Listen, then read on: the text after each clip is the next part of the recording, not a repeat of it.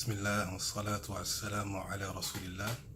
أما بعد, my name is Abdul Subhan Muhammad, the author and instructor of the book First Steps Towards the Wonders of the Arabic Language.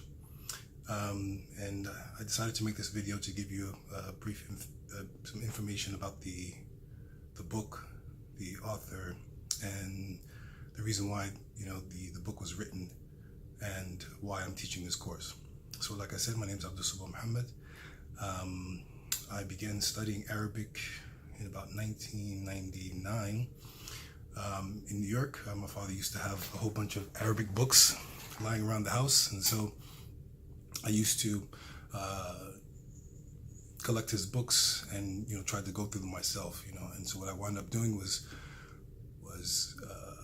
remembering or memorizing a lot of the vocabulary without any real understanding about grammar. So I was able to, over a period about a year, to compile about 300 to 400 vocabulary words that I would just randomly throw out whenever I got the opportunity. And so, like I said, in terms of grammar, I didn't really understand that, and these were stagnant vocabulary words. What I mean by stagnant is that these words were not words that I was able to manipulate. So if I know the word, for example, book, kitab, I didn't know the plural. I didn't know anything about jam' taksir. If I knew the word, Muslim, or I wasn't able to, say Muslim, Muslimin, Muslimun. So none of the plural forms I was able to identify. And so it wasn't until I actually went to Egypt to study Arabic. I got a scholarship to attend Azhar, which I never attended, and that's a completely different story.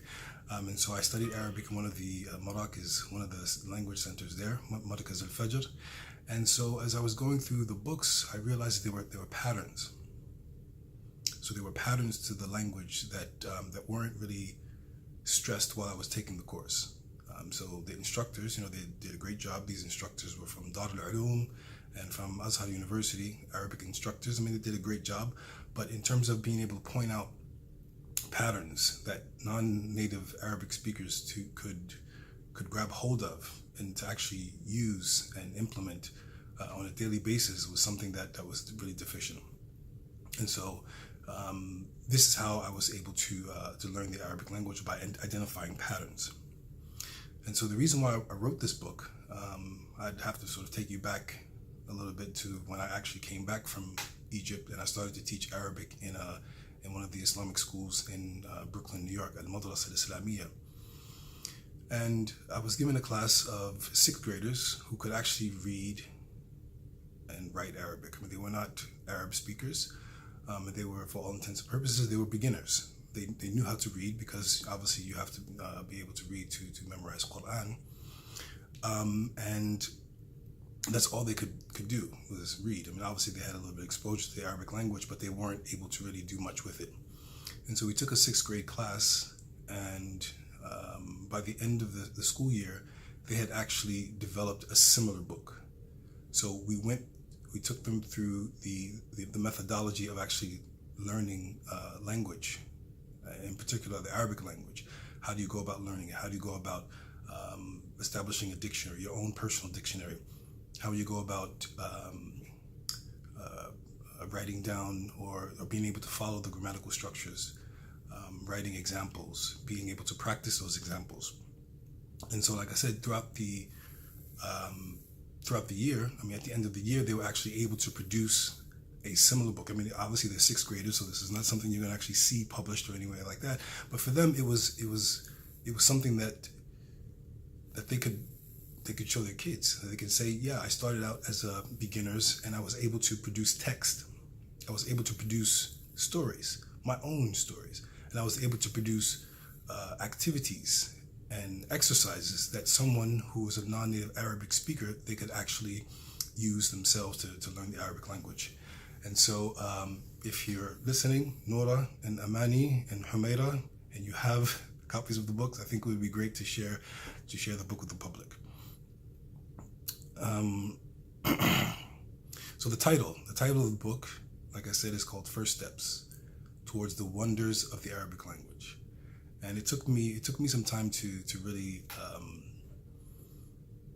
to really arrive at that title. And I arrived at that title because I know that a lot of people take their first steps towards a lot of different things. And particularly with the Arabic language, there are a lot of missteps. And so what I wanted to do is I wanted to provide a book, and I wanted to provide a title that people could understand that this book is your first and hopefully your last step. If you follow the book, if you follow the methodology that's placed in the book that we ask you to follow, that this will actually be your last step, inshallah ta'ala. I mean, you'll be able to move from this book and be able to study any other beginner Arabic books. I mean, not when I say beginner Arabic books, I don't mean alif ba ta.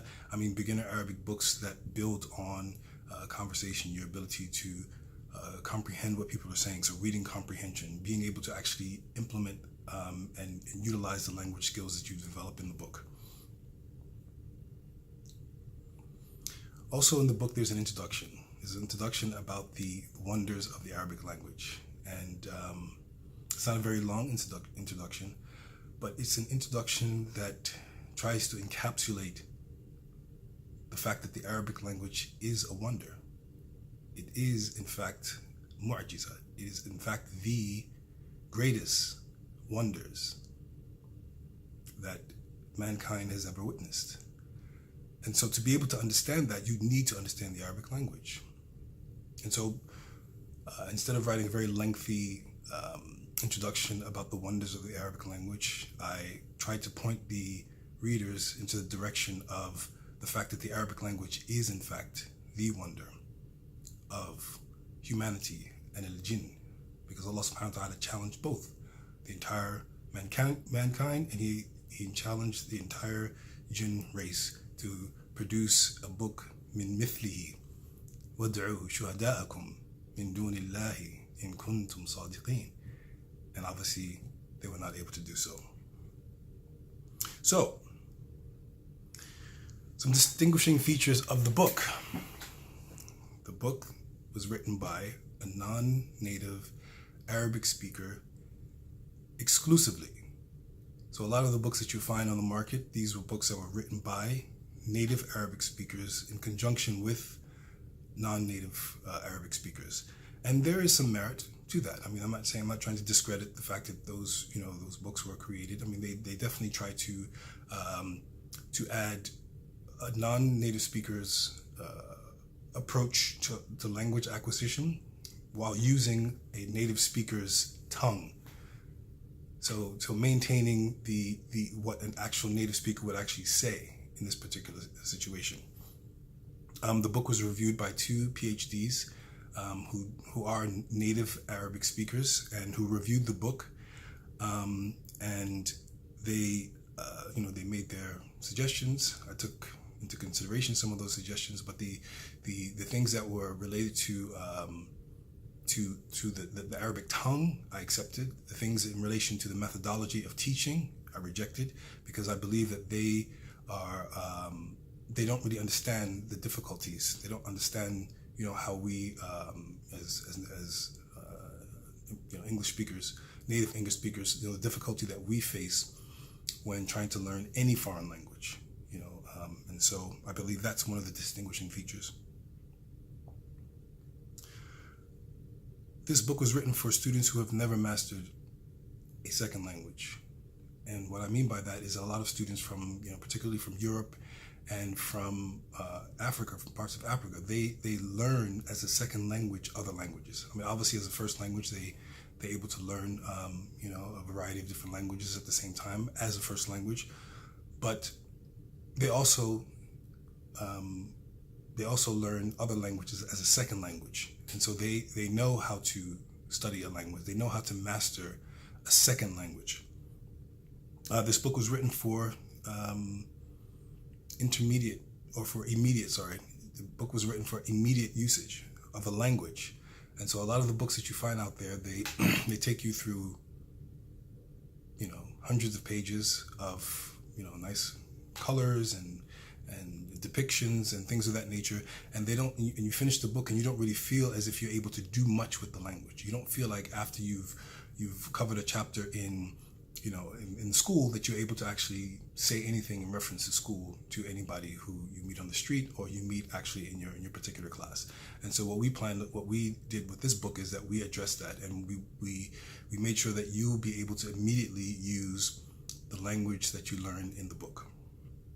The book was written for busy people, and so this is not a book that that was designed for a person who has 3-4 hours a day, 7 days a week, to be able to delve into the Arabic language and dedicate this much time. So it was designed specifically for a person, and so you would see that in the vocabulary words, they're repeated.